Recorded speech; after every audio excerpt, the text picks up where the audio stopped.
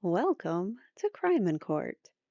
My name is Heather, and this is going to be a voiceover only. If you're not familiar with my channel, I am currently recovering from hip surgery, so I am just kind of chilling without the camera just for right now. But I will probably get back to the camera in maybe this week, next week, so sometime soon. Anyways, as you can see from the thumbnail on the screen, this is Blake Lively versus Justin Baldoni. And I've titled this It Ends with a Legal Battle because they co-starred in the movie It Ends with Us. And that was the topic of that movie, very serious topic, was about DV and domestic A. Just for YouTube's sake, you can't say certain words on here. So it's going to be a little tricky getting through some of the court documents, but we will do our best. So this is we're going to read through actually the complaint. So let me switch screens here. So we have, I have both the complaint for damages and then the complaint for a jury trial. So we're going to only read through the jury trial because it seems like it's all laid out, like more, it's laid out in a different way. You'll see. So I think, most of the stuff that's in the damages is going to be in the jury trial one. So, just to go over this, I think this was filed first. There's no date on this one, but I'm pretty sure this one was filed first, and then Justin responded, and then now Blake, I don't know, whatever. But so now it might have to go to trial, which I don't think Blake wanted it to because she might be a liar. We'll find out. Let's read on. All right, so this is like I said, we're not going to read this, but this is a complaint for damages for sexual harassment, retaliation, failure to investigate, prevent and or remedy harassment, retaliation, aiding and abetting harassment and retaliation, breach of contract, intentional infliction of emotional distress, negligence, false light, invasion of privacy. What's false light invasion? I don't know what that means. Interference with perspective economic advantage. So those are some of some of the things that she believes Justin Baldoni, the director, and her co-star in this film have done to her. So if you're not familiar, Blake Lively is Gossip Girl. I have no idea. I don't know what she's in other than I know she is married to Ryan Reynolds, and that's pretty much her biggest claim to fame. Um, Justin Baldoni, I immediately when I saw the name, like it popped out at me that he was the guy from Jane the Virgin, which is one of the most hilarious shows I've ever seen, and I like binged it all super fast. It was so good, and he plays Raphael, and it's just a very very funny show. But again, I don't know anything about either one of them as people. I have no skin in the game other than I liked Baldoni in Jane the Virgin as Raphael, um, acting wise, but I don't know anything about him personally. I've hear he's kind of like a woke, like feminist type. Um, I don't know. That's what I think he like portrays himself as on social media. But anyway, so Blake Lively is obviously accusing Justin Baldoni of some kind of workplace abuse. So let's take a look at the complaint. This is for a jury trial that she's demanding. So plaintiff Blake Lively, or Ms. Lively, brings this action for damages against Wayfarer Studios. I believe that's Justin Baldoni's studio, the name of his studio. A Delaware limited liability company Justin Baldoni, an individual, James Heath, an individual, Steve Sarowitz, an individual. It ends with Us Movie LLC, a California limited liability company, Melissa Nathan, an individual, the agency group PR LLC, a Delaware limited liability company, and Jennifer Abel, a an individual, and alleges. So those are all the people that she is suing. It's not just Justin. And as far as the complaint for the damages, I believe it's all the same individuals. It looks like it. Maybe this other Street Relations Inc., which might be different other than what we just read, but everything else still pretty much looks the same. All right, so back to this. All right, I'm not going to flip back and forth. I was just showing you the way that that's laid out. It's like you have your complaint and then all of the exhibits are laid out later. And this way, we're going to have the exhibits all throughout the document as we go along. So that's why I wanted to read this version for you. And I wanted to make sure you guys knew the difference. So that's all. All right, so Blake Lively alleges the following. Number one, on January 4th, 2024, prior to resuming filming of It Ends With Us, the film, further, later on known as the film in this document, following guild strikes, an all hands meeting was convened in New York to address the hostile work environment that had nearly derailed production of the film. So I guess there's a hostile work environment somehow. And she's got to prove that it was.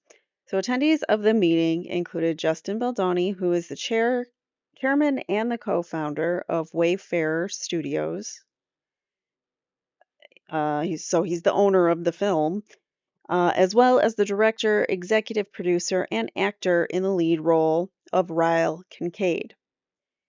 Jamie Heath, the chief executive officer of Wayfarer and producer of the film, Angie Giannetti, the film's representative for its distributor Sony Pictures Entertainment, Alex Sachs, a producer of the film, Todd Black, a producer of the film, Ms. Lively, who played the role of Lily Bloom in the film. Ms. Lively also had the agreed upon right to have a representative present. She chose her husband given that the meeting was about repeated SA or harassment and other disturbing behavior by Mr. Baldoni and Mr. Heath. So Mr. Jamie Heath, which we'll hear more about him going forward. I also wanted to say to individuals, I know, so on my X page, more individuals wanted the Blake Lively and Justin Baldoni story. I'm doing it first just because there's less of them. Uh, I know that on my YouTube page, on the poll, a lot of people wanted the Puff Daddy. That was the winner here. So we will go through the Puff Daddy, P Diddy, whatever he calls himself now these days. We'll go through those and the Jay-Z files as well. But I wanted to let you guys know we will get to both. I just, you know, um, starting with one. All right. So number two, she also alleges, as discussed in detail below, Ms. Lively was forced to address concerns about Mr. Baldoni and Mr. Heath's misconduct with them directly and began doing so months before filming began.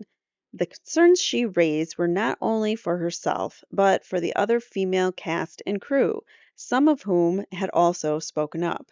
The January 4th meeting occurred only after Wayfarer had rebuffed Ms. Lively's efforts repeatedly.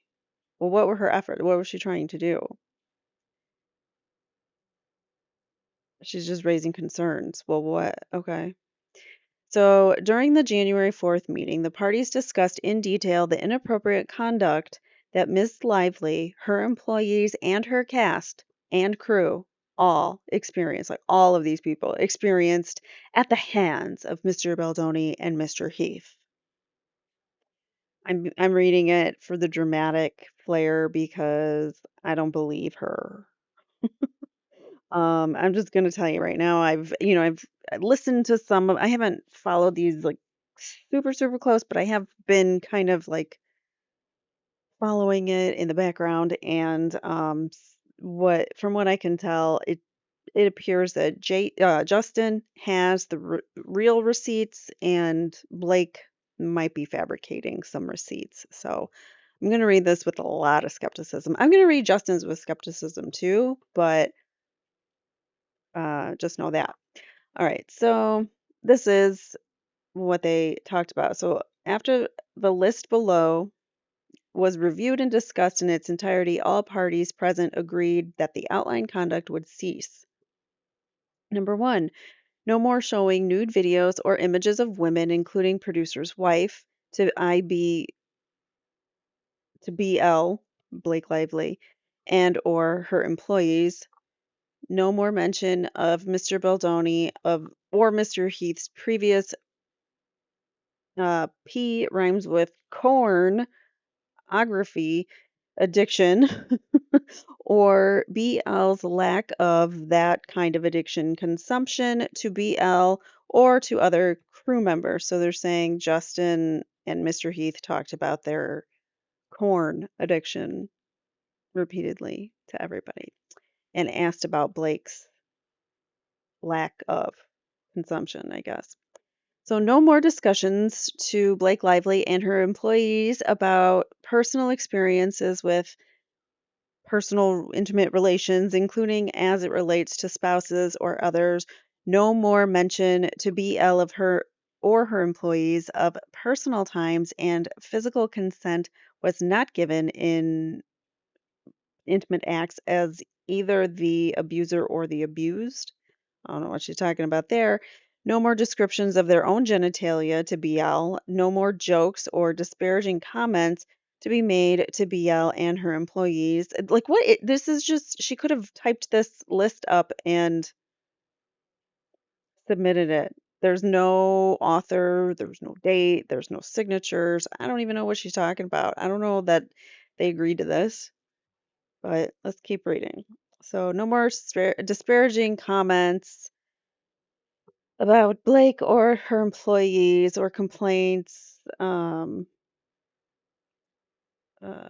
about HR complaints has already received on set or about missing the HR meeting. So Blake missed the HR meeting or something, it seems. No more inquiries by Mr. Baldoni to Blake, trainer, without her knowledge or consent to disclose her weight. No more mention by Mr. Baldoni of him speaking to Blake's dead father. What? No more pressing by Mr. Baldoni for Blake to disclose her religious beliefs or unsolicited sharing of this. Doesn't this just sounds like virtue signaling to me? If BL and her infant is exposed to COVID again, BL must be provided with immediate notice as soon as Wayfair or any other producers become aware of such exposure without her needing to uncover days later herself. An intimacy coordinator must be present at all times when Blake is on set in scenes with Mr. Baldoni, which from his account, it seems like she just skipped out on the intimacy coordinator meetings altogether. So you can't really have your intimacy coordinator around when you're not going to the meetings and stuff.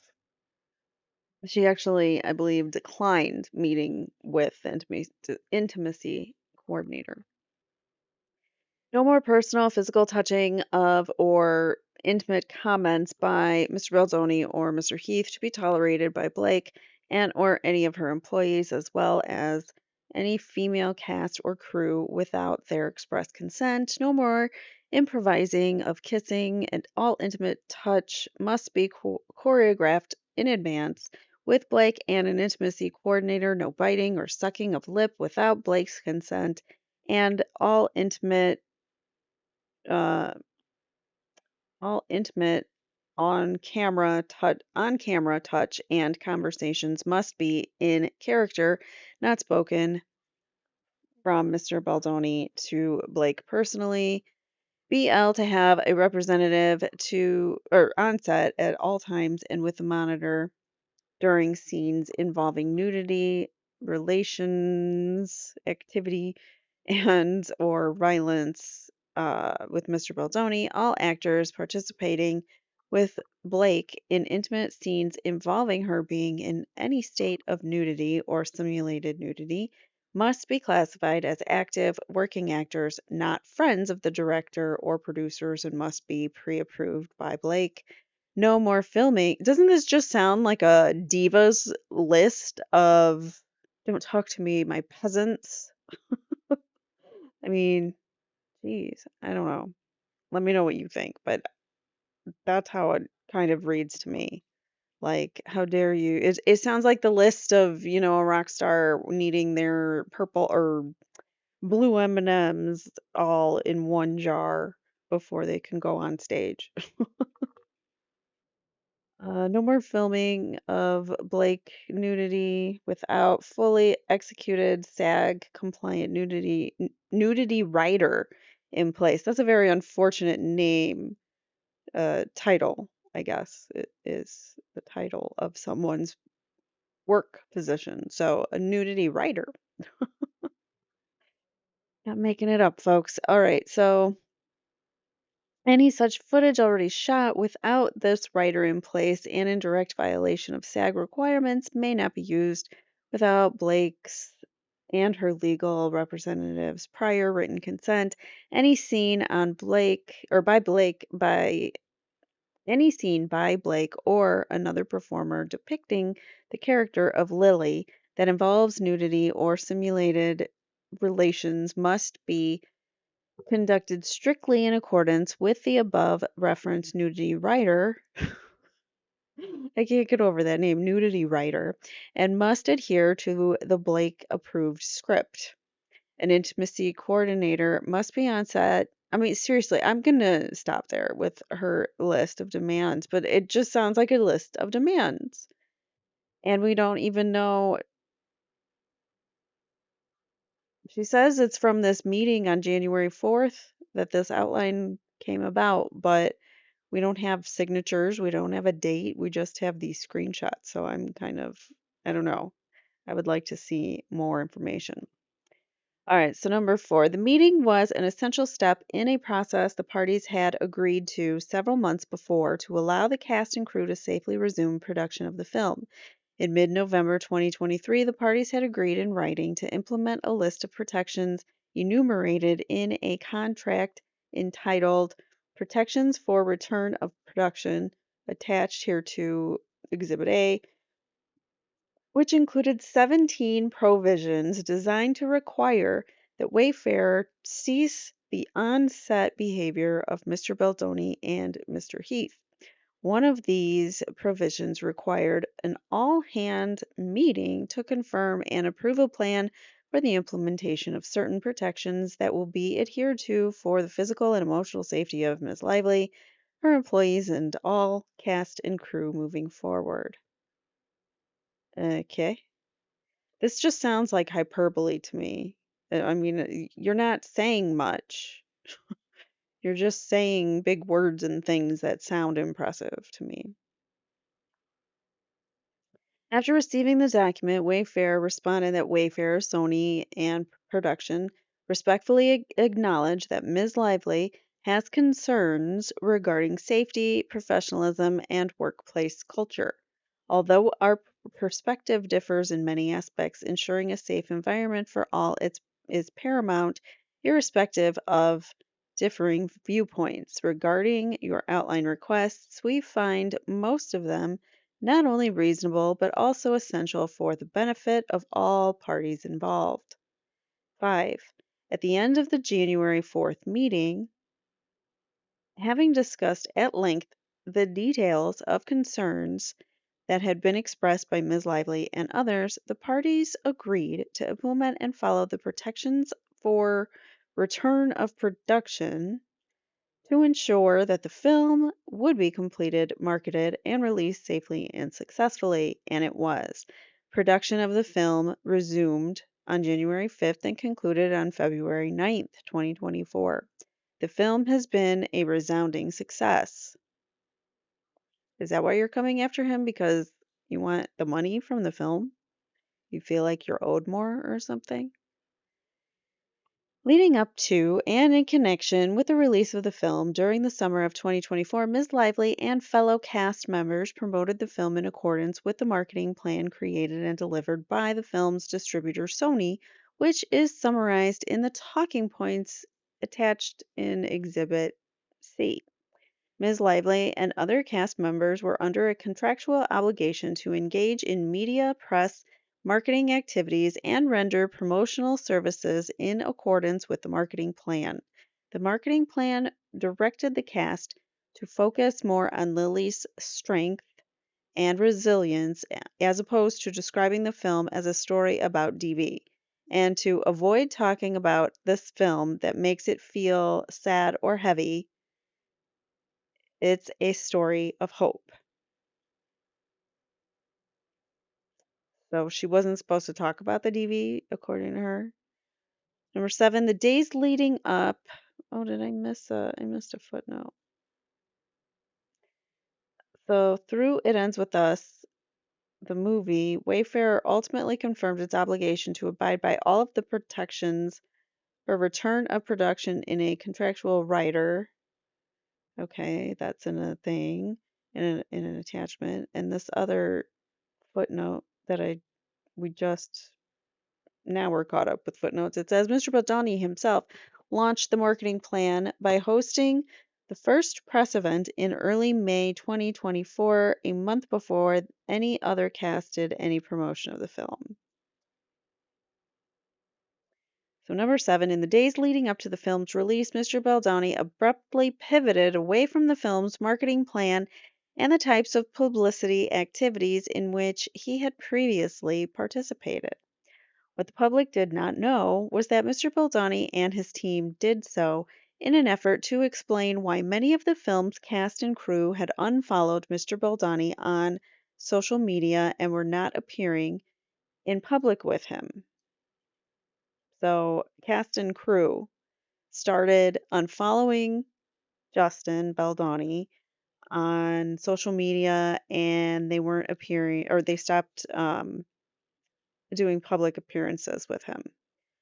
To that end, he and his team used DV or survivor content to protect his image, as described in further detail below. I thought that this was always supposed to be a, DV type story, because I mean, it is what it's about, and it's about surviving afterwards, which is part of the DV story if you are lucky enough to survive. So, I don't know. They're trying to make it like he's only now using that type of that he's only now using it as a crutch to align himself with this, I'm not a bad guy, I'm not an abuser, I, make this film about, anti-DV. So, you should trust me type things, what they're trying to say that he's doing. I don't believe it, but that's what they're trying to say he did. All right, number 8. What the public also did not know was that this was the beginning of a multi-tiered plan that Mr. Baldoni and his team described as social manipulation designed to destroy Mr. Levy's reputation. What did I said, Miss Levy? I meant Lively. Sorry, Ms. Lively's reputation. So she's saying it. He was coming up with some kind of uh, social manipulation is what she's calling it, but basically to ruin her reputation, to smear her, a smear campaign. That plan was backed by virtually unlimited resources. Wayfarer's co-founder, co-chairman, and leading financier is multi-billionaire Steve Sarowitz, who divulged at the film's New York premiere on August 6, 2024, that he was prepared to spend $100 million to ruin the lives of Ms. Lively and her family.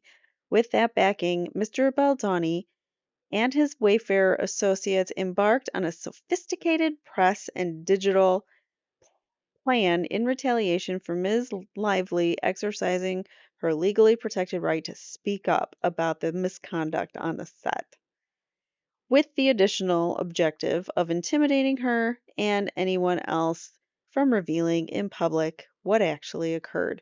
Do you think that, let's say, let's say you happen to be married to one of like the biggest stars in Hollywood and you come onto set with for this other movie and you're like, "Well, wait a minute, I don't have any power here." At some point you might have a power trip, especially considering celebrities often do. They have big egos that need to be fed, and that's part of why they even go into that line of career because they get the limelight, they get attention, they have narcissistic tendencies, a lot of them, to be in the limelight and have fame, and people adore them. Anyways, so with that objective of intimidating her and anyone else from revealing in public what actually occurred. All right, so number 9, on July 31st, 2024, following a recommendation of their publicist, Jennifer Abel, Wayfarer and Mr. Baldoni retained a crisis communications specialist named Melissa Nathan and her company, the Agency Group, PRLLC. Mr. Nathan delivered a proposal to Mr. Baldoni, which included a website to discuss full Reddit, full social account takedowns, full social crisis teams on hand for anything, engage with audiences in the right way, start threads of theories, to, I guess to discuss, like discussion boards. This is the way to be fully 100% protected. Ms. Nathan, oh, so like they're protecting themselves by doing a full social media crisis team on hand, doing everything, I guess. Ms. Nathan also proposed the creation of social fan engagement. So, social fan engagement to go back and forth with any negative accounts, helping to change narrative and stay on track. Doesn't this sound like this is something they do in, I don't know, Karen Reed? Anytime I post something, a new account, a new troll, a new somebody who I haven't even seen online before pops up and has to say something and calls me a moron or whatever because I believe in looking at the evidence and not just blindly repeating what the state tells me happened.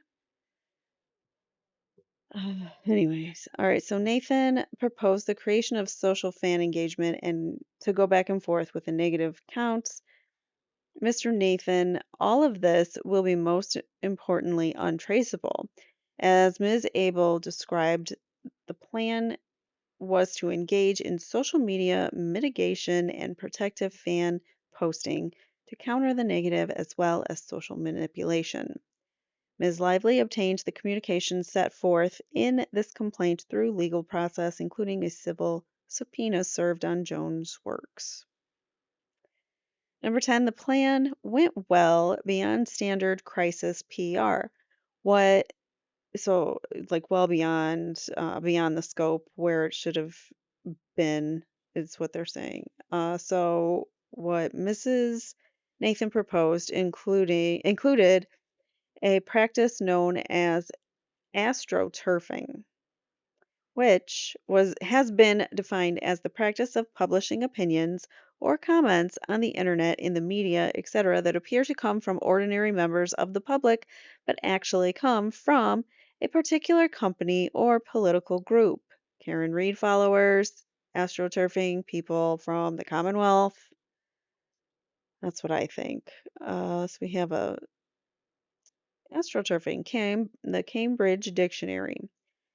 Astroturfing is the deceptive practice of hiding the sponsors of an orchestrated message or organization, political, advertising, religious, or public relations, to make it appear as though it originates from and is supported by unsolicited grassroots participants.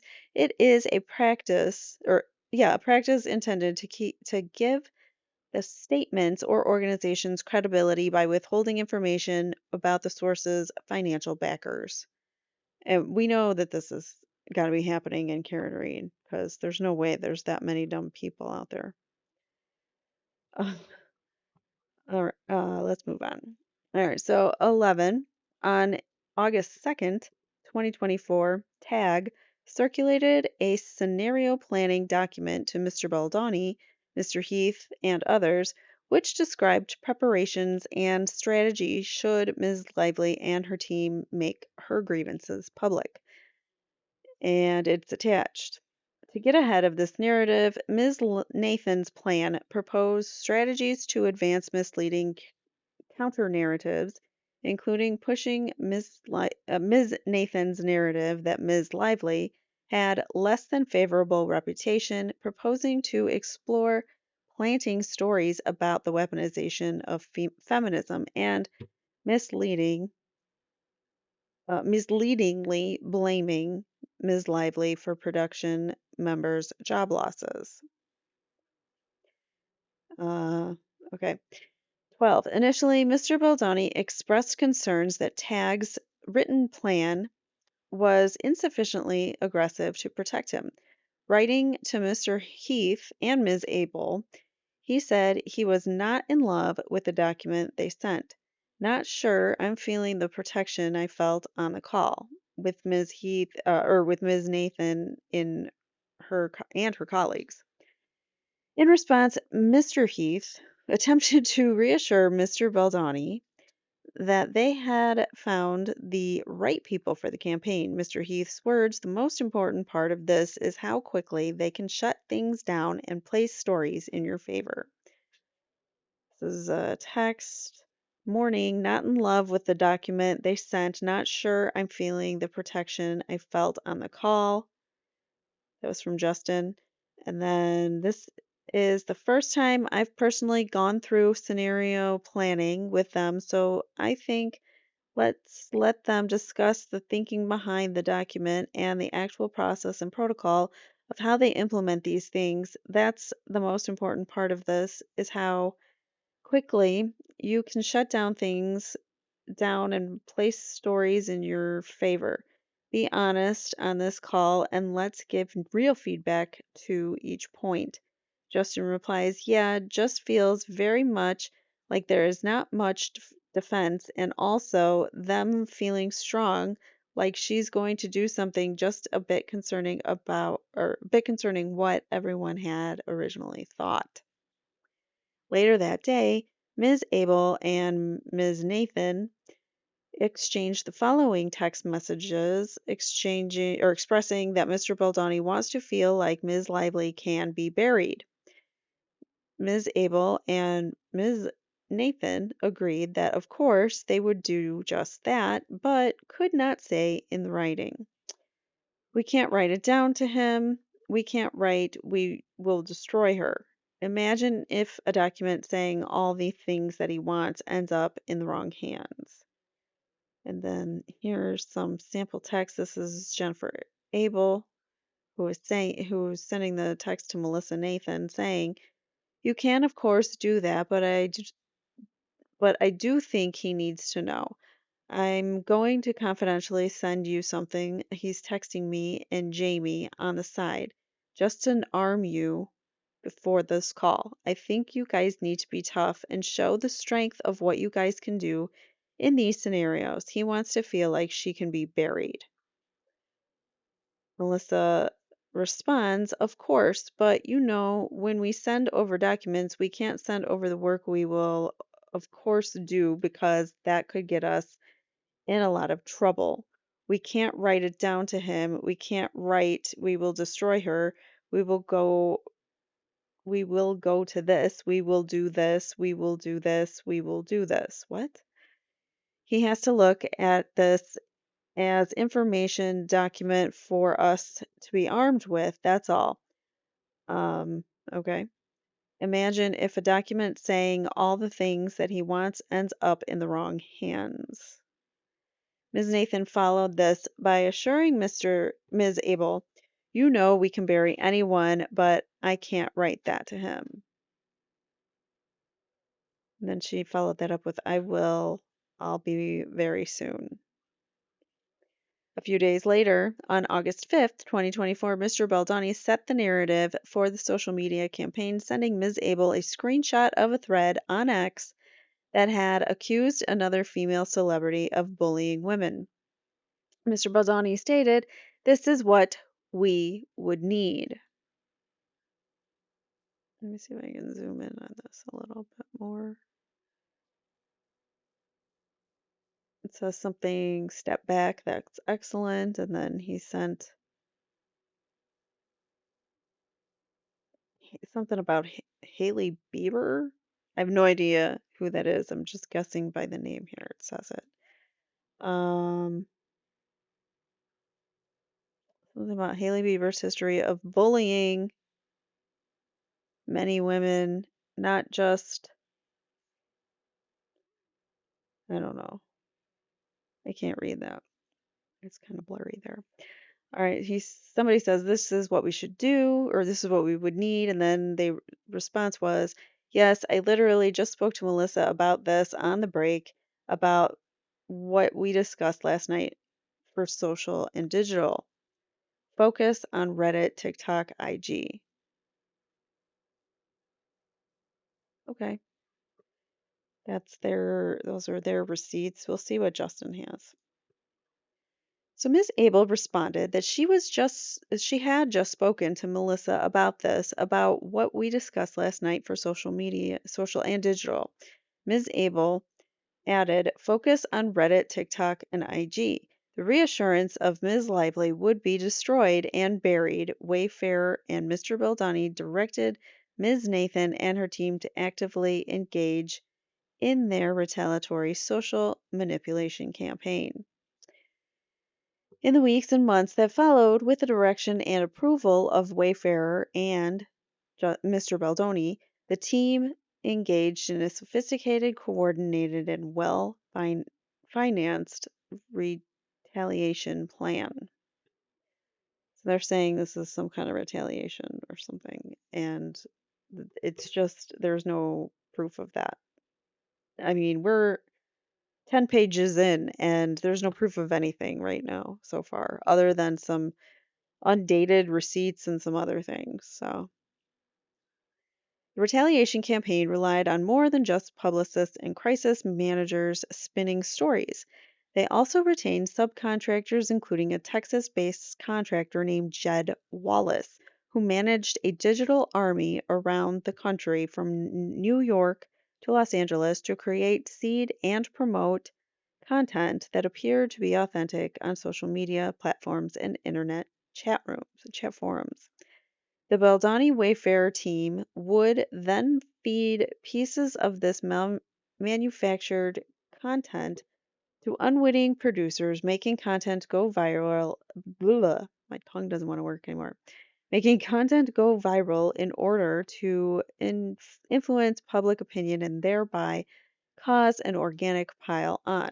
Safeguard against the risk of Ms. Lively ever revealing the truth about Mr. Baldoni and Baldoni Wayfarer team created, planted, amplified, and boosted content described to eviscerate Ms. Lively's credibility. They encourage in the same techniques to bolster Mr. Baldoni's credibility and suppress any negative content about him. Maybe there isn't negative press about him and there's just a whole bunch of bad press about Blake Lively. Ever think of that? I mean, probably not because you have to spin it all, but I don't know. Number 19. On August 10th, the day after release of the film, Ms. Lathan's team reported that they had stated, God, I cannot read today. Start over.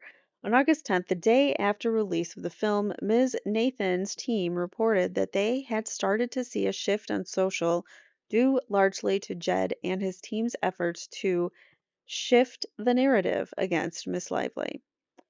This is from Jennifer Abel saying, hi team, so far extremely limited pickup on Daily Mail or Page 6 We'll continue to keep an eye out and send pieces as needed. But so far, it's been steady coverage on pure speculation. We've also started to see a shift on social, due largely to Jed and his team's efforts to shift the narrative towards shining a spotlight on Blake and Ryan. Okay, on Ryan. Ryan Reynolds? Oh, Ryan Reynolds. Okay. Again, we'll continue to send links and screenshots, but wanted to send an update in the meantime. That same day, Ms. Nathan noted that as part of his shift, the majority of socials are so pro Justin, and I don't even agree with half of them. LOL. Melissa sent to Jennifer Abel. Melissa Nathan says, then bragged to Ms. Abel, Jennifer Abel, and Mr. Baldoni that Mr. Baldoni doesn't realize how lucky he is right now, by which they were referring to their successful efforts to shut down stories that would have revealed how Mr. Baldoni's behavior, including sexual connotations on set, had made cast and crew beyond Ms. Lively uncomfortable. Okay, show us receipts. You want to tell us that that's what he was doing and all the cast and crew can confirm it? Well, then let us know. Make it happen. Give us the details. It's not, this is just a very like general term kind of complaint. It's not giving us specifics. So less than 1 week later, they again bragged about how they had shut down the stories regarding HR complaints on set. On August 15th, 2024, Melissa Nathan remarked that this went so well, it was genius. So, okay, we have the four major standing down on HR complaint. This Ms. Nathan to Ms. Abel, Jen, that this went so well. I am effing dying. I have to call you later in a bit and tell you how this went. It was genius. She also says, so okay, we have the major the four majors standing down on HR complaint. I think we are fine on that bit. Okay. On August 16th, Ms. Leaf give me a minute. I need to wake up my tongue. All right, let me try this again. All right, on August 16th, Ms. Nathan circulated a Daily Mail article entitled "Is Blank?" I took a break. Like I walked away, I came back. Words are hard for me today. Like I'm seeing the words, they're in my mind, they're just not coming out of my mouth. So I apologize. So this Daily Mail article was entitled "Is Blake Lively Set to Be Cancelled?" String of hard-to-watch videos that have surfaced following tone-deaf Q&A to promote It Ends With Us could tarnish 36-year-old star's golden Hollywood image for good. To which Ms. Abel responded, "Wow, you really outdid yourself with this piece." And Ms. Nathan replied, "That's why you hired me, right? I'm the best." So there's the title. And wow, you really outdid yourself. That's why you hired me. As their own words reveal, the purpose of this social manipulation plan was twofold. It aimed to both A, conceal the pattern of harassment and other misconduct by Mr. Baldoni, Mr. Heath, and Wayfarer, and B, retaliate against Ms. Lively by battering her image, harming her businesses, and causing her and her family severe emotional harm. Well, I want to tell you before we go on that Justin Baldoni didn't need to spread any rumors or smear her character at all because she did a whole heck of a lot of it herself in her own press tours for things, especially this movie. She was tone deaf. She actually did, give these like press tours about, trying to promote the movie, and people are trying to ask her serious questions about DV, and she just makes jokes. It's ridiculous. So if anybody is tarnishing anybody, it's her tarnishing the film in her press tour. But anyways, all right. So millions of people, including many reporters and influencers who saw these planted stories, social media posts, and other online content, had no idea they were unwitting consumers of a crisis PR, astroturfing, and digital retaliation campaign created and funded by Mr. Baldoni and Wayfarer to hurt Ms. Lively. That is precisely the goal of an astroturfing campaign, to light the fire and continue to stoke conversations secretly, blurring the line between authentic and manufactured content and creating viral public takedowns. As laid out in this complaint, the Baldoni Wayfarer led public attack of Ms. Lively was the intended result of a carefully crafted, coordinated, and resourced retaliatory scheme to silence her and others from speaking out about the hostile environment that Mr. Baldoni and Mr. Heath created. As such, it was not only unconscionable and a breach of contract, but also illegal under both state and federal law. Ms. Lively brings this action to hold Wayfarer and its leaders, Mr. Baldoni, Mr. Heath, and Mr. Sarowitz, accountable for the ongoing retaliation threats and harm they have caused Ms. Lively, other cast and crew, and all of their families. And all of their families. Okay.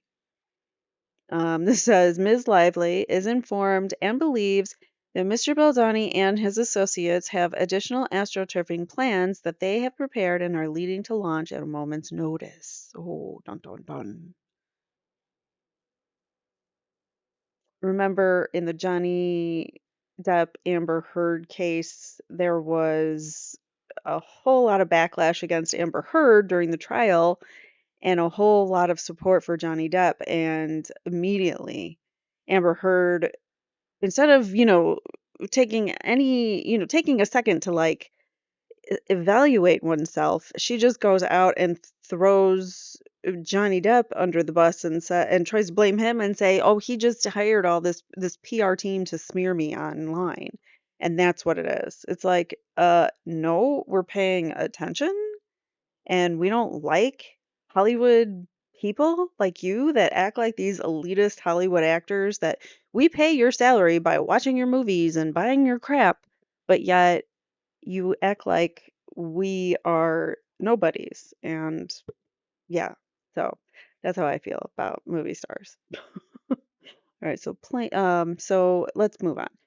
Plaintiff Blake Lively is an actress and entrepreneur who co-starred in and served as an executive producer for the film. She forced this title.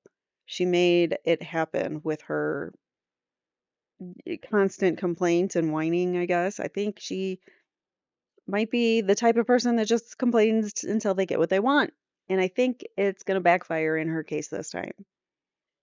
Ms. Lively is an individual who resides in New York, New York. Defendant Wayfair Studios, LLC, is a production company co-founded by Justin Baldoni and Steve Sarowitz.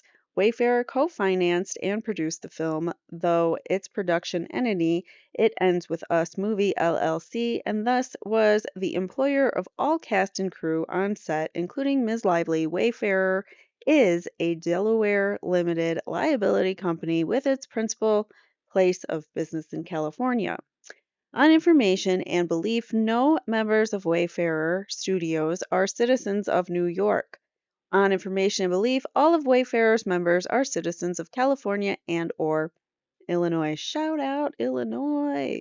If you're not familiar with my channel, I live in the Chicagoland area, so Illinois comes up sometimes in my cases. All right, so 28. Defendant Justin Baldoni is a co-founder and a co-chair of Wayfarer who co-starred in, directed, and served as a producer for the film. Mr. Baldoni is an individual who resides in Santa Paula, California. Um, all right. Defendant James Heath is an individual who has been Wayfarer's chief executive since March 2024 and was president of Wayfarer during production of the film. Mr. Heath resides in Los Angeles, California. Defendant Steve Sarowitz is a co founder and a leading financier of Wayfarer. Mr. Sarowitz is an individual who lives in Highland Park, Illinois. That's the rich town. He's a richie rich. Um, Defendants It Ends With Us movie is a company that entered into an agreement regarding plaintiffs' acting services and regarding the contractual writer for the film. It Ends With Us Movie LLC is a California limited liability company with its principal place of business in California. On information and belief, defendant Wayfarer is the sole member of It Ends With Us. So there's that. Blake luckily doesn't own any of the movie. However, she probably gets some kind of contractually whatever. So, but at least she's not an owner, even though she forced her executive director title. On information and belief, all of the members of It Ends With Us Movie LLC are citizens of California and or Illinois. Defendant Melissa Nathan is an individual who provides crisis management and communications services. Ms. Nathan launched the agency group PR LLC in January 2024. Ms. Nathan is an individual who resides in North Hollywood, California. During a portion of the relevant period, Ms. Nathan lived in Brooklyn, New York. Defendant, the agency group PR LLC, is a company that provides services including messaging and narrative development, media relations, crisis communications and management, and digital and social strategy. TAG, otherwise known as this agency, is a Delaware limited liability company with its principal place of business in Santa Monica, California. On information and belief, no members of TAG are citizens of New York. Defendant Jennifer Abel is CEO and founder of RWA Communications LLC. Ms. Abel is an individual who resides in Beverly Hills, California, and provides public relations services. Jurisdiction and venue.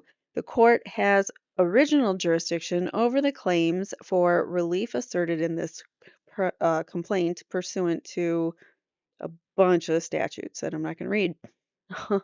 The plaintiff's title was it seven causes of action arise under federal law, and plaintiff's California claims arise from the same underlying facts and are thus so related to her federal claims, and they form part of the case or controversy.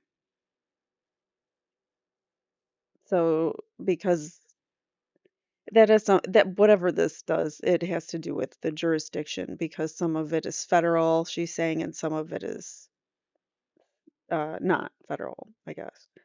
So the state or the court, well, she lives in New York, so that's her jurisdiction, New York. So that's where this is taking place.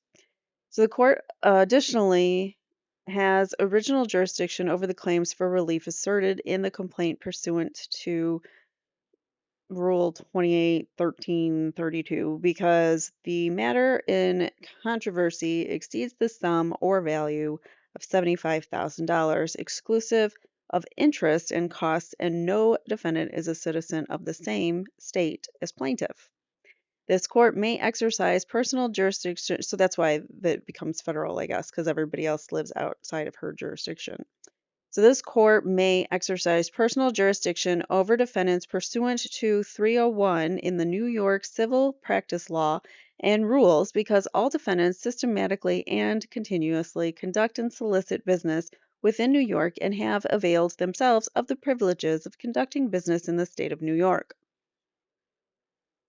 Well, I don't think that should mean that you should have jurisdiction over me just because I've dealt with business associates or whatever in another state. That doesn't mean that that state gets to just do whatever to me. That's ridiculous, but they're saying that that's what that rule says. This court may exercise personal jurisdiction over defendants pursuant to 302 of the New York Civil Practice Law and Rules, including because, upon information and belief, all defendants transact and solicit business within the state have committed the tortious acts or tortious acts. I don't know how you pronounce that, but it's like a legal tort acts described in this complaint within the state and or have committed such acts outside of the state causing injury to plaintiff within the state. I'm sure that could have been said a whole lot easier and more clearly, but apparently not in this filing. We're not going to get that. Number 40, it's something about just because they've done business here and they've had whatever. We don't need to explain it. I think you guys get it. It's stupid. It's like you've done business here, you've committed acts here, tortious acts. So, which like legal acts, I believe, right? What is a tort?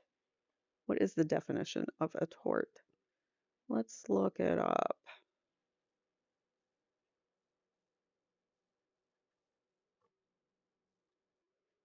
So a tort is, according to the Google Dictionary, a wrongful act or an infringement of a right other than under contract leading to legal liability. Civil legal liability. So an act or an infringement of someone else's right, I guess. Which so they're saying because they did these things that were um, they were in New York, then we can prosecute them, I guess. All right, so as just a few examples, on January 4th, 2024, Mr. Baldoni and Mr. Heath, in their own capacities and as representatives of Wayfarer, met in person in New York and Ms. Lively to discuss her concerns regarding Mr. Baldoni and Mr. Heath's harassing behavior and other on-set misconduct that started the sequence of events leading to this suit. Mr. Sarowitz threatened to ruin the lives of Ms. Lively and her family. At the film's New York premiere, Ms. Abel worked as an employee of Jones Works with its principal place of business in New York during the relevant period. Wayfarer contracted with Jones Works for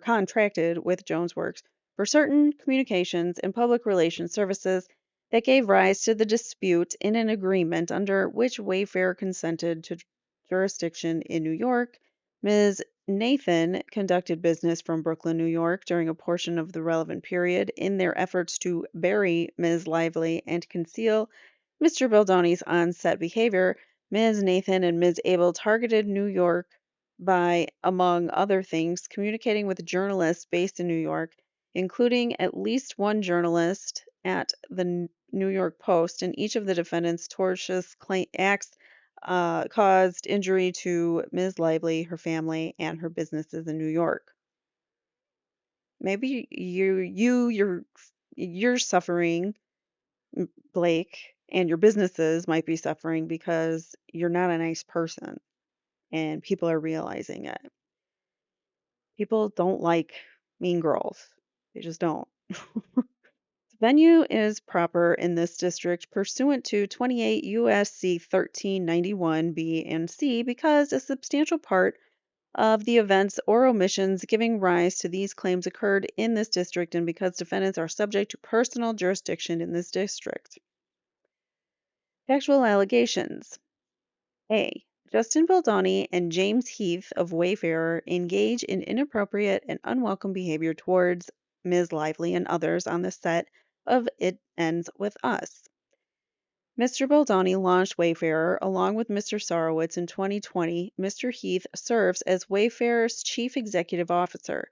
Mr. Sarowitz is a leading financier of Wayfarer, and he, Mr. Heath, and Mr. Baldoni are all close personal friends. Under the Wayfarer banner, Mr. Baldoni and Mr. Heath have many platforms, including the Man Enough podcast, which they host. Mr. Baldoni and Mr.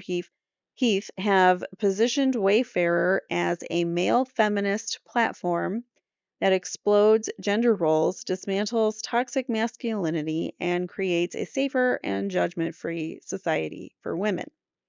I told you he kind of identifies as a feminist.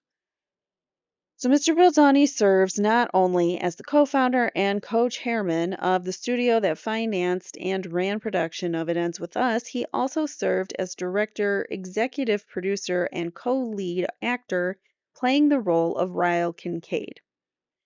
As studio head and director, all actors, crew, and staff on the film, including Ms. Lively, answered to Mr. Baldoni. So, well, that right there. She didn't want to answer to anybody, but he was the boss. So, of course, she's gonna butt heads with him because she's the star. She's the one that's gonna bring in all the money, right? She's gonna bring in all the viewers. So, without her, he has nothing. So she tries to control him with that, in my opinion. I'm speculating, but that is what I think is happening here. So, in his words, he was the leader who sat at the top of his totem pole, while Sony was the distributor who was releasing the film. Wayfarer was responsible for the production, and Wayfarer was led by Mr. Baldoni and Mr. Heath. Production of the film began in early May 2023 and lasted until it was suspended in mid-June 2023 due to the Writers Guild of America strike. During that time, Ms. Lively and other cast and crew experienced invasive, unwelcome, unprofessional, and sexually inappropriate behavior by Mr. Baldoni and Mr. Heath. Because Mr. Baldoni and Mr. Heath held all leadership positions on the production, they answered to no one and brushed off or ignored the concerns Miss Lively and others had expressed.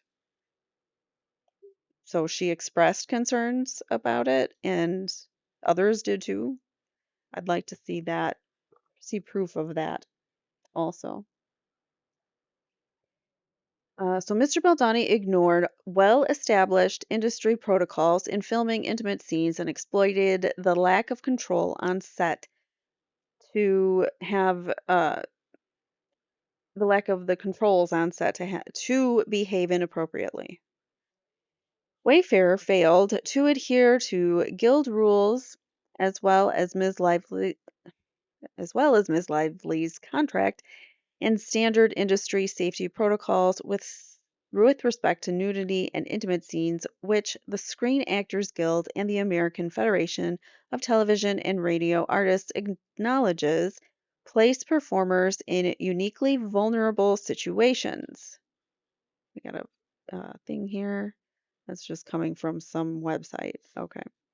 Such safeguards ignored by Wayfarer include providing performers with appropriate notice of nudity and simulated intimate relations, and ensuring that consent is given free of pressure or coercion. Signed nudity writers, I can't get over that name. Signed nudity writers are in place, spelling out the parameters of nudity and simulated intimate relation type scenes, safe and secure working conditions that are not detrimental to a performer's health, safety, morals, and career, and the use of intimacy coordinators to observe intimate scenes. And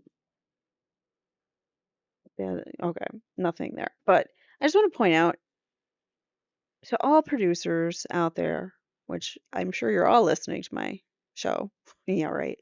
But we don't need to see sex scenes. Nobody wants that. We don't need it. It doesn't add value to TV shows, film. It doesn't, unless it is like part of like detrimental to the script, whether you have it or not, which most likely that's not going to happen.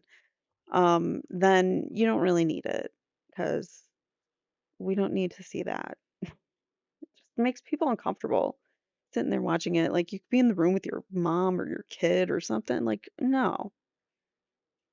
Anyways, sorry. Okay, next. Without these protections in place, Mr. Baldoni improvised physical intimacy that had not been rehearsed, choreographed, or discussed with Ms. Lively, with no intimacy coordinator involved. For instance, Mr. Baldoni discreetly bit and sucked on Ms. Lively's lower lip during a scene in which he improvised numerous kisses on each take. Mr. Baldoni insisted on shooting the full scene over and over again, well beyond what would have been required on an ordinary set and without advance notice or consent. What? What's well beyond? Prove that we went well beyond. How did you do that? On another occasion, Mr. Baldoni and Ms. Lively were filming a slow dance scene for for a montage in which no sound was recorded.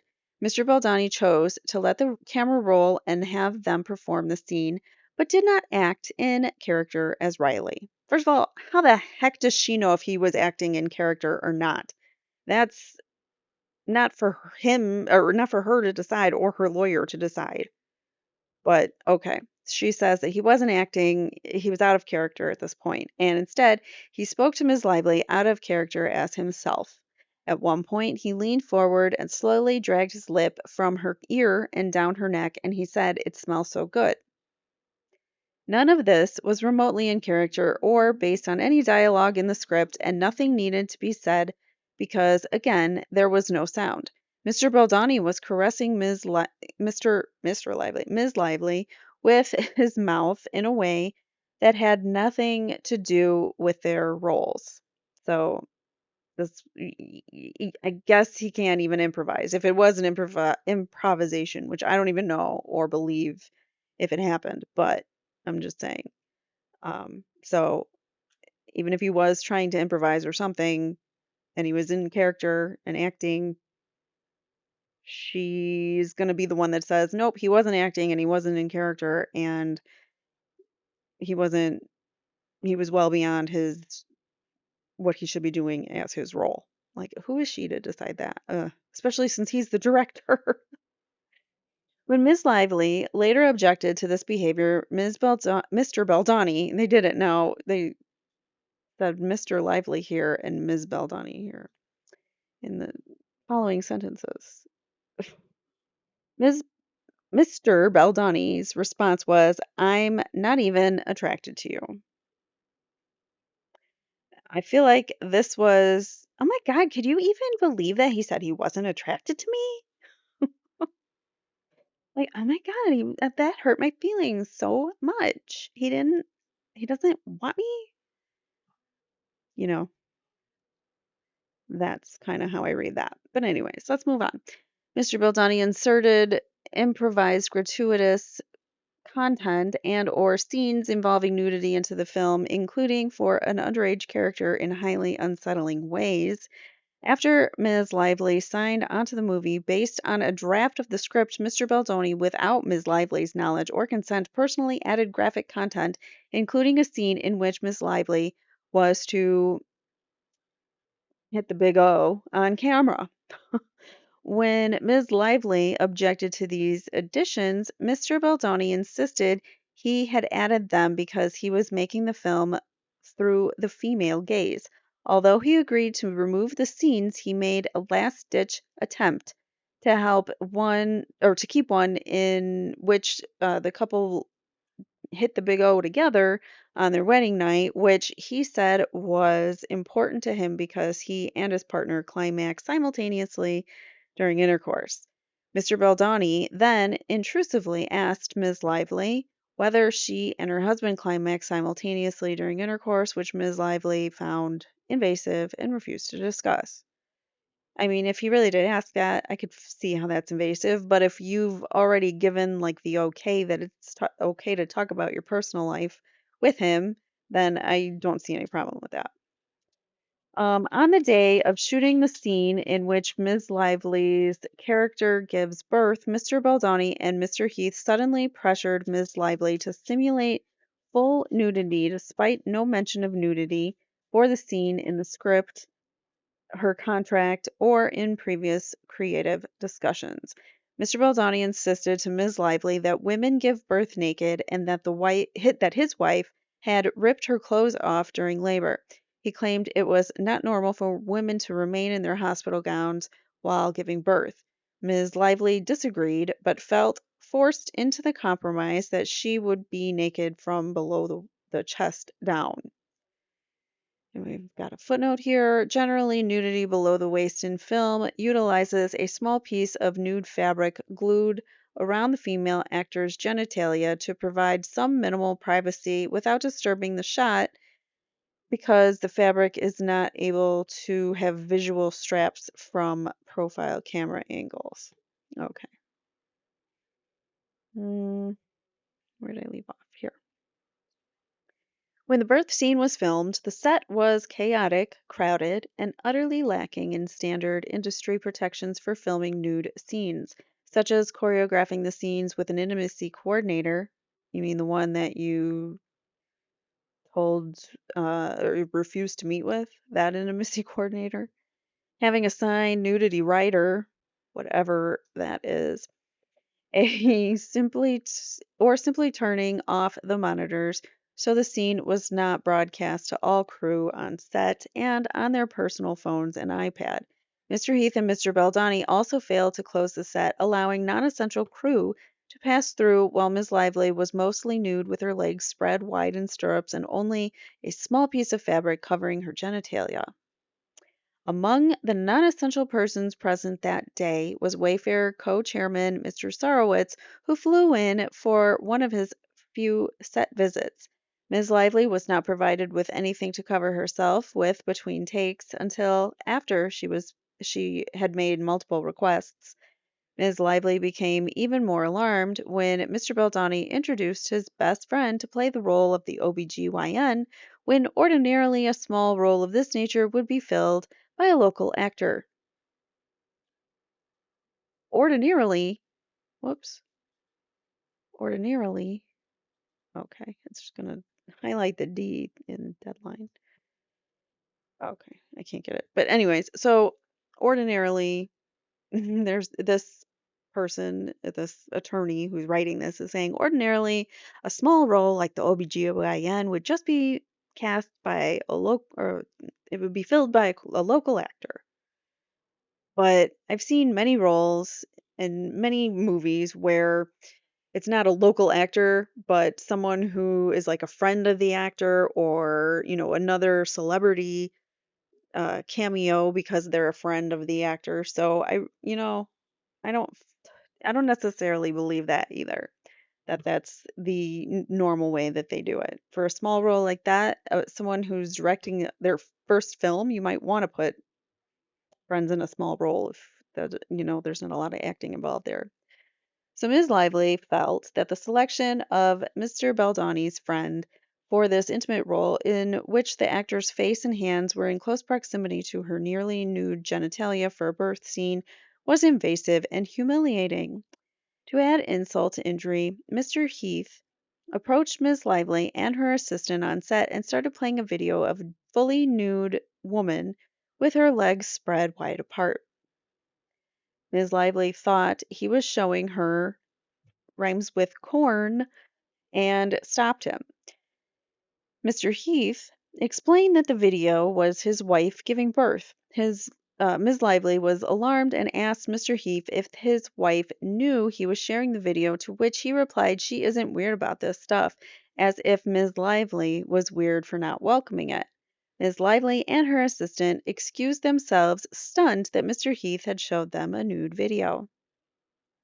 Mr. Baldoni added a detailed scene to the film in which the underage version of Ms. Lively's character, Lily, loses her virginity. In both the book and the script for the film, there was no sex scene. Instead, the details about this moment were left to the audience's imagination.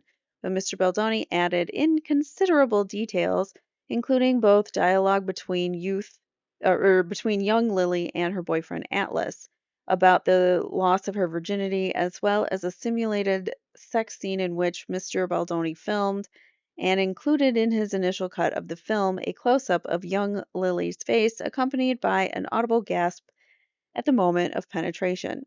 Ms. Lively was informed that when this scene was shot, after Mr. Baldoni called cut, He walked over to the actors and said, "I know I'm not supposed to say this, but that was hot. And did you two practice this before?" Mr. Baldoni and Mr. Heath discussed their personal sexual experiences in previous corn addiction and tried to pressure Miss Lively to reveal details about her intimate life. During a car ride with Ms. Lively, her assistant and driver, Mr. Baldoni claimed to Ms. Lively that he had been essayed by a former girlfriend, which he had since shared publicly. At the end of the story, Mr. Baldoni shared that it had caused him to re-examine his past. He then said, "Did I always ask for consent? No. Did I always listen when they said no? No." Mr. Baldoni claimed this was an example of how we all have things from which we can learn and grow. Ms. Lively was unsettled by Mr. Baldoni's suggestion that he had engaged in conduct without consent. When I don't think that's what he was saying there or purposely, trying to get across. I think, do you see how, like, these little things that he could be saying could have just completely twisted, been twisted to make him look bad, even though they're like innocuous, not meaning anything. Ms. Lively was unsettled. When she exited the car, her driver immediately remarked he did not want Ms. Lively to be alone with Mr. Baldoni going forward. On the first day of production, Mr. Baldoni and Mr. Heath described their past relationships to Ms. Lively, including that one of them used to hook up with a woman. Mr. Baldoni said that he had decided the woman wasn't the one, so then Mr. Heath had gotten together with her. Ms. Lively found this description of passing along a woman to be disrespectful and disturbing. Maybe it wasn't exactly described like that, but cool. And you're allowed to have an opinion, but that's nothing illegal, and they didn't break the law there. So Mr. Baldoni and Mr. Heath often spoke of their previous addiction to corn. Mr. Baldoni would often reference corn to Ms. Lively, hoping to shut the subject down. She said to him privately that she had never seen it. Later, when Mr. Baldoni was once again referencing his experiences with it, he revealed in front of other cast and crew that Ms. Lively had never seen it. It was an incredible invasion of her privacy to discuss any aspect of her intimate life with the cast and crew, much less reveal something that she had only told Mr. Baldoni to try to get him to stop talking about the subject with her. Mr. Baldoni engaged in other. Well, if it's not true and you only said it, then why are you embarrassed? Why do you care if people know? If it's not even true. So. Mr. Baldoni engaged in other behaviors that were shocking and emotionally distressing. For example, he claimed he could speak to the dead, and on several occasions told her that he had spoken to her dead father. It was off-putting and violative for Mr. Baldoni to claim a personal relationship with her recently deceased father. Mr. Baldoni and Mr. Heath were also constantly hugging and touching cast and crew. When Ms. Lively or others avoided this touching, Mr. Baldoni and Mr. Heath would retaliate by becoming irritated, cold, and uncollaborative. The result was an unwelcoming and mercurial environment for Ms. Lively, her employees, and others on the set. Well, maybe it's because of the way you treat and talk to other people that people are going to not be so welcoming to you because you're a mean girl. Mr. Baldoni objected or objectified Ms. Lively and other women by commenting on or criticizing their bodies as sex objects. Mr. Baldoni often referred to women in the workplace as sexy. When they expressed discomfort, Mr. Baldoni would deflect to try to pass it off, which determined Ms. Lively and others' concerns. For example, on one occasion when Ms. Lively observed when okay, sorry, blah. For example, on occasion that Ms. Lively observed, he told a female cast member that her leather pants looked sexy when she arrived on the set. When she rebuffed his comments because she was uncomfortable rather than apologizing, he brushed it off with saying, I can say that because my wife is here today. Ms. Lively felt embarrassed witnessing this kind of commentary, as did others. On another day, Ms. Lively wore a low cut dress to facilitate breastfeeding and had it covered up by a coat. When the jacket briefly popped open at one point to reveal the dress, Mr. Baldoni commented about how much he liked her outfit, which flustered Ms. Lively. Later that day, Mr. Baldoni pressured Ms. Lively, who was in her pre approved wardrobe, to remove her coat in front of the crew and multiple background actors in a packed bar. He said that he wanted to see her onesie under the coat because it was zipped low to reveal her lace bra. Consistent with past practice, he said, I think you look sexy in a tone that made her feel ogled and exposed. With other female cast members present, she said, That's not what I'm going for. He bristled and replied, I'm sorry, hot. Deeply uncomfortable, Ms. Lively said, Not that either. Mr. Baldoni responded sarcastically, I guess I missed the HR meeting, and walked away. Another woman on the production spoke to Ms. Lively afterward to offer empathy and to share her own similar experiences with Mr. Baldoni, commenting about her in those kinds of terms. As a result of Mr. Baldoni's behavior, on May 29, 2023, another cast member lodged a sexual harassment complaint about Mr. Baldoni's gross and unwanted comments towards her and others. While on the one hand, Mr. Baldoni was objectifying Ms. Lively as a sex object, and on the other hand, he went out of his way to message criticisms of her age and weight, neither of which she could change during filming. On the second day of filming, for example, Mr. Baldoni made the rest of the cast and crew wait for hours while he cried in Ms. Lively's dressing room, claiming social media commenters were saying that Ms. Lively looked old and unattractive based on paparazzi photos from the set.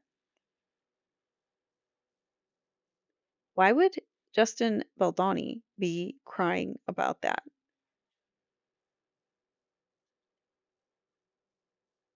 But okay. So social media commenters are saying Blake looks old and unattractive, and Justin goes to her trailer and cries for hours.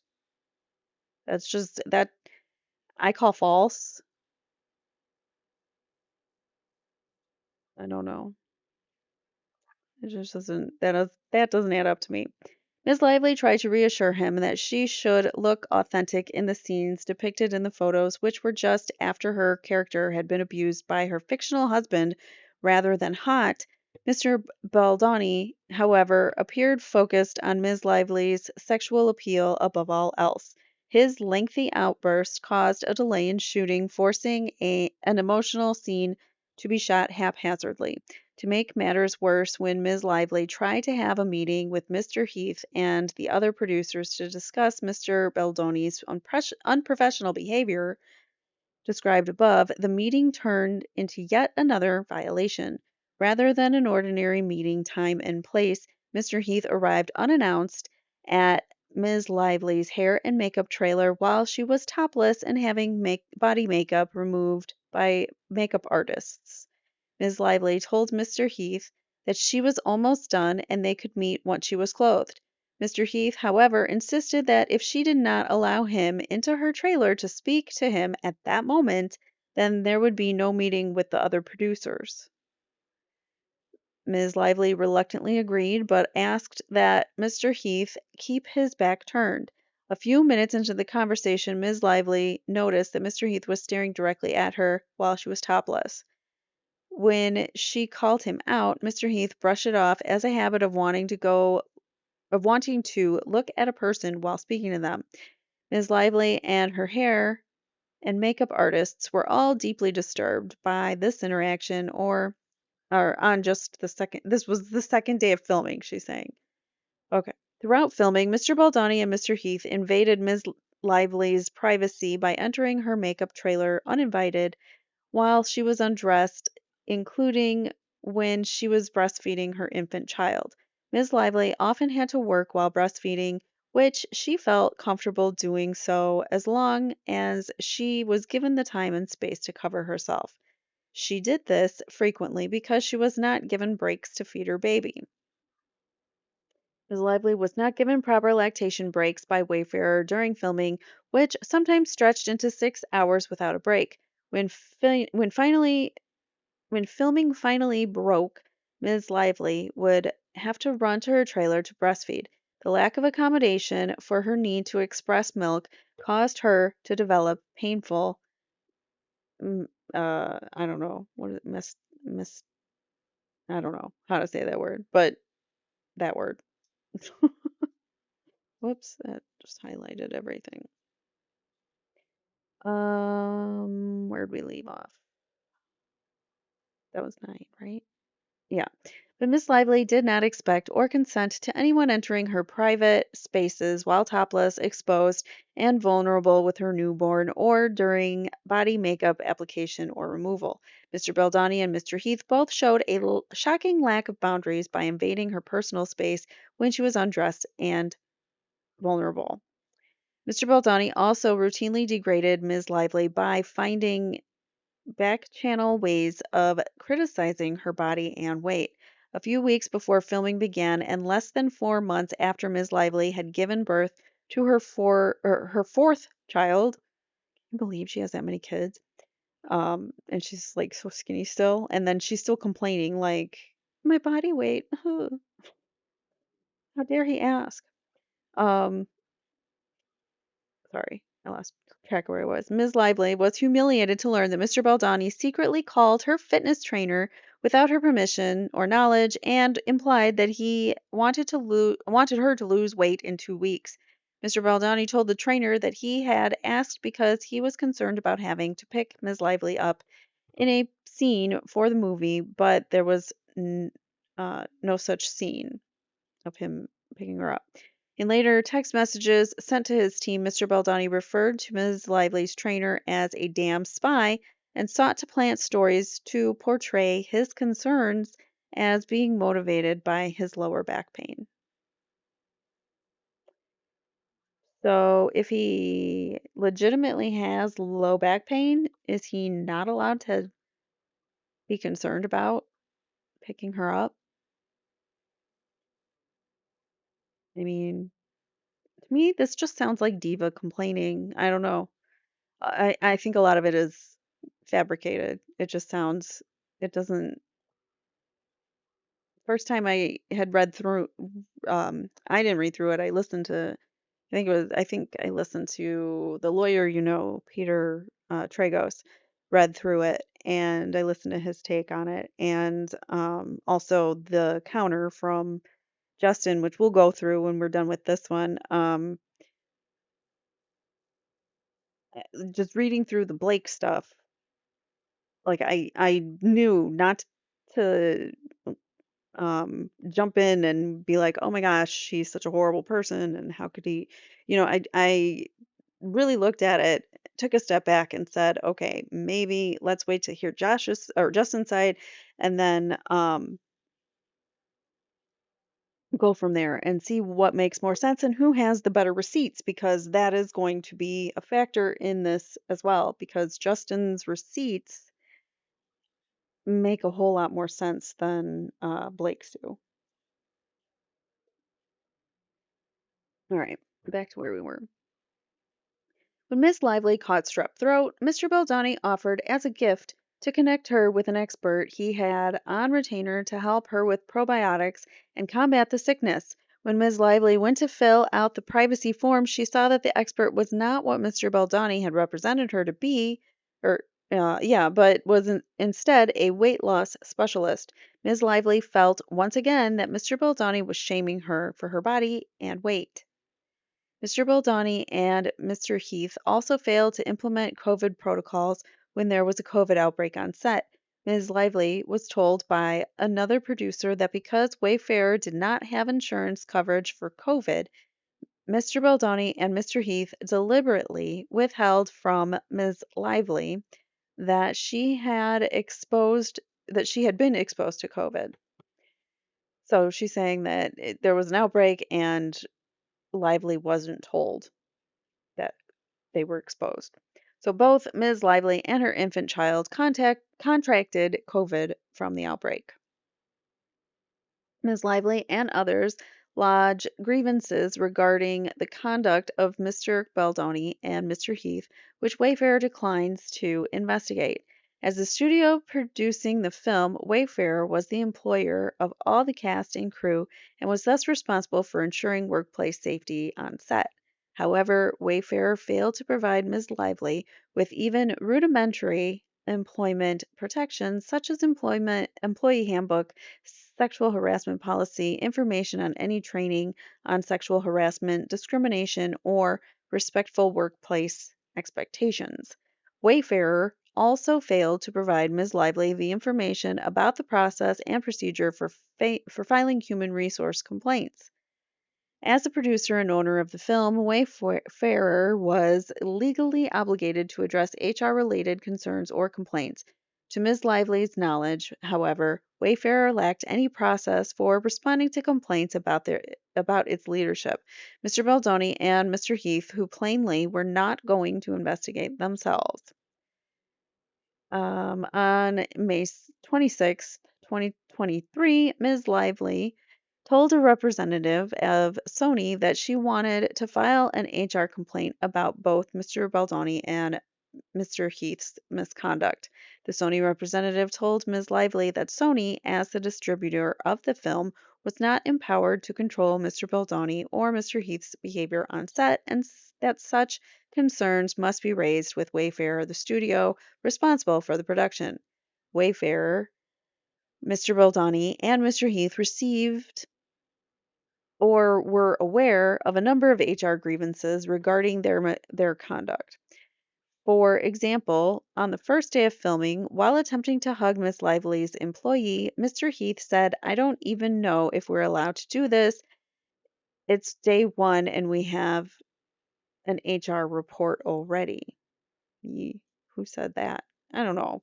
I don't know if I believe that. Okay. Additionally, early in the production, maybe that's a joke.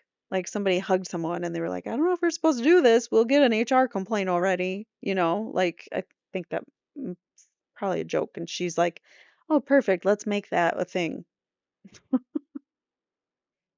Ay, ay, ay. People that just twist and turn the truth, I can't understand them. I just don't get it.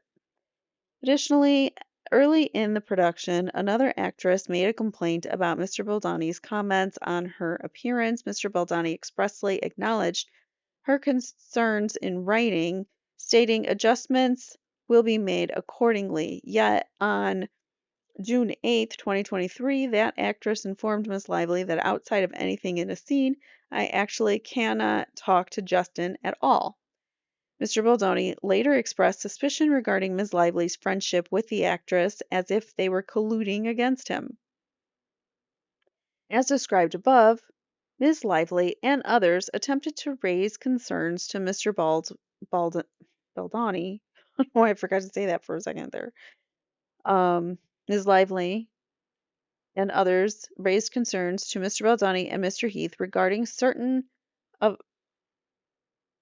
certain conduct described during filming, but they were not addressed given the futility of asking Mr. Baldoni and Mr. Heath to address their own behavior.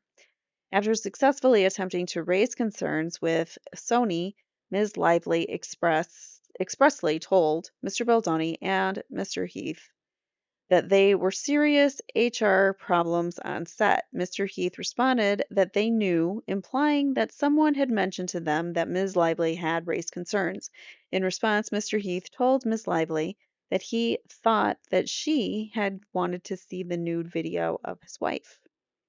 In the same conversation, when Ms. Lively expressed her upset with Mr. Heath and Mr. Baldoni had hidden the fact that she had been exposed to COVID on set from which she and her infant contracted COVID, instead of acknowledging responsibility and committing to safety moving forward, they expressed upset over production days missed and resulting costs. Despite receiving multiple detailed reports by Ms. Lively and others about Mr. Baldoni and Mr. Heath's misconduct, Wayfarer failed to investigate those reports or to otherwise institute protections for the cast. This is so even though the incidents discussed above, among others, did not take place in isolation and many, if not all, were witnessed by others. By these and other behaviors, Mr. Baldoni and Mr. Heath and Wayfarer engaged in harassing conduct and failed their obligation to investigate complaints of workplace harassment, prevent inappropriate and harassing behaviors on set, and provide avenues for cast and crew members to safely raise concerns to neutral parties so that they could be investigated and appropriately addressed. And I think, guys, I'm gonna have to end it here because I gotta go head out to I gotta get ready, and then I'm heading out to physical therapy for my hip. So we will end part one right here, and we'll pick up at this exact spot in part two. So thank you guys so much for watching. Let me know what you're thinking about the Justin Baldoni and Blake Lively lawsuits. As we go forward, we're going to read the Justin Baldoni lawsuit, which is to the New York Times, which was his counter basically to her complaint. So we'll read through that as well. And we also do have the somebody else, like I guess, filed a complaint against Justin Baldoni. So I have an article about that. It's not a court filing, but we'll go through that as well. So make sure you are subscribed. Please hit the like button on your way out, and I will see you guys in the next one. Take care. Bye now.